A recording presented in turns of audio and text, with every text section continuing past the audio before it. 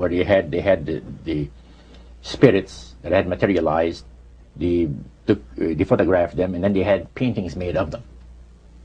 And there was probably about maybe 100 of those around the place. Sort of like a shrine. Yeah, and underneath there was a little altar where you have incense and things that they would use in their prayer sessions and things like that, devotions to certain spirits.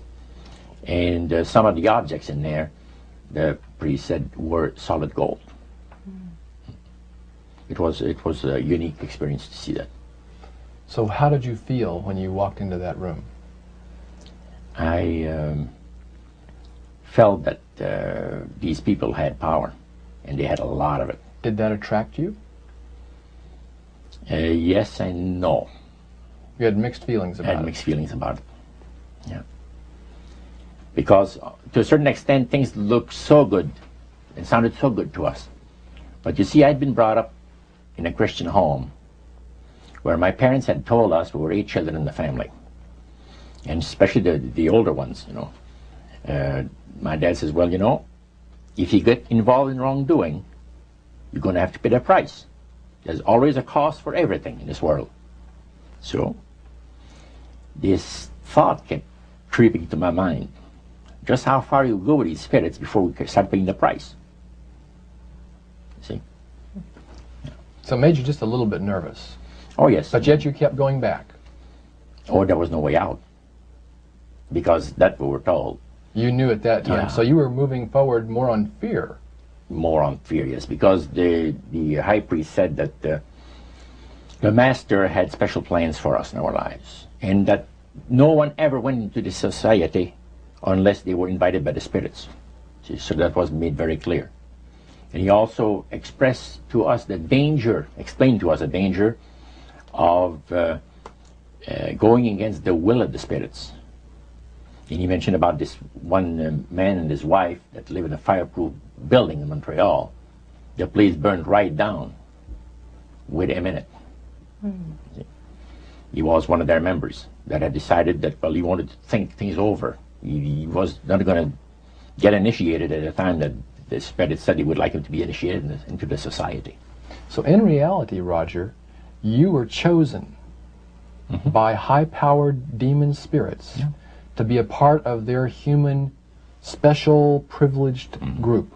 You see, these people in Montreal, the society, like the priest mentioned, there's thousands of spirit worshippers in only different societies of spirit worshippers in this world. But he says, we are the elite.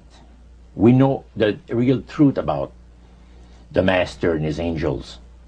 And they're not hideous-looking beings. They are gorgeous creatures. And from the paintings that they had on the wall of walls of that worship room, they were unique beings. Especially there was a painting full length painting of the fallen Lucifer above his altar, and that was very fascinating because he looked like a man of great intellect, high forehead, the way that he looked with his eyes, the way he had the eyes looking. It gave you a depth of perception of somebody that is very, very knowledgeable and powerful. Powerful, yeah. So Roger, this high priest that you talked about, he is the one that ushered you down into the worship room. Mm. Was he also the one that led out in the praise sessions that you talked about? Yes, and he had an assistant also, another priest. Okay. Now, when you would go to these praise sessions, what kinds of things happened at those sessions? Well, there's a lot of success stories.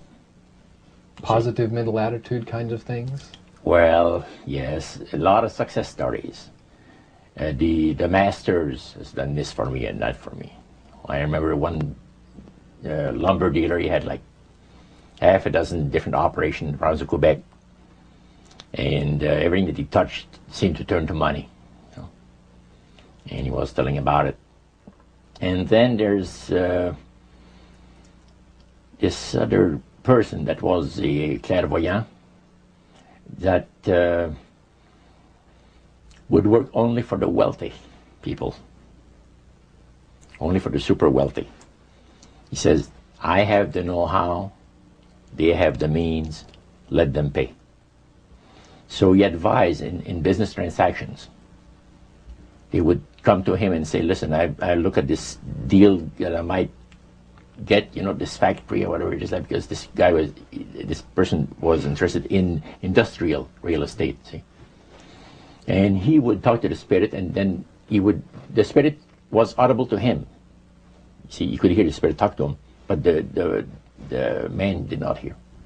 So the spirit was telling the clairvoyant what, he called himself an astrologer, reading the moons and the stars, and Now, what was the term you used for his title, this man? Clairvoyant. Clairvoyant. Oh, clairvoyant. Clairvoyant. Okay. Yes, and it was interesting. This person stood up and says, I had a nice little experience last week. And he says, the masters, he says, they take care of you. This lady and her husband brought him, to this astrologer, a bundle of money. They said, this is the deal that you... And he works at only on percentages. Only on percentages. He doesn't work for set amounts of money. Only percentages of what the people are going to make. So he said, they brought me a substantial amount of money. And they were very happy with it, and I thought it was very reasonable.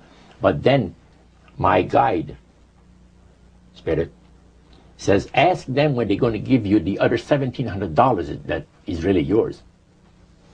And he says to the folks, I would like to know now, before we leave here, when will you have the $1,700 to give me? That makes up my part of, rightful part of the deal. The wife fainted, and the husband says, we'll have the money for you in 24 hours. So that was this type of priest. So he was thanking the demons for helping him to know that. Oh yeah, demon spirits, yeah. At what point did this demon worship start to affect you personally, Roger? Well, it wasn't too long that the priest mentioned to us that the time had arrived for us to start trusting the spirits and give the spirits a chance to work for us. And there was a number of gifts that you could choose from, you see. And I used to play the horses, some. Not knowledgeable at all. I used to go to those bookies, play the horses every so often. But I said, hey, I would like to be able to, for the spirit to instruct me on the numbers and the name of the horses that's going to win, at Belmont or some other racetracks like that. Make myself a little money. So the priest says it'll be given you. And sure enough, one night whether I fell into a trance or dreamed the thing, I don't know exactly what happened, but I saw 3 races that were really going to pay big. And these horses were dummies, so to speak. You know what I mean? They were not really good horses. They were like one horse paid 21 to 1 because he was that poor, right? The chance of winning was so poor that they paid 21 to 1 on him. And it showed me that I saw the board at the bookie and the number on it. And I went there, and they said it was going to be on Saturday. That was like on Wednesday. A few days later, it was Saturday. I went there, and sure enough, there they were on the boards. I went to the wicket and handed some money and got myself a winner. Now I said, well, I'm a little crazy. I ought to put more money on there, so I put $20 onto the next horse, and that paid 21 to 1. So I left there with maybe $400 or $500 in my hands, and I started to do that. In this case, I went directly down to the finest men's shop on St. Catherine Street and bought myself a $200 suit. And in 1946, a $200 suit was... In 1946, people used to work at the RCA Victor, where I had worked before I went to the Navy, for $18 a week. And the good earners were $75 to $50 to $75 per week, for labor. So the demon spirits looked on you so favorably, they began to help you win in your gambling. Then I went to other bookies, you see. And one day, I and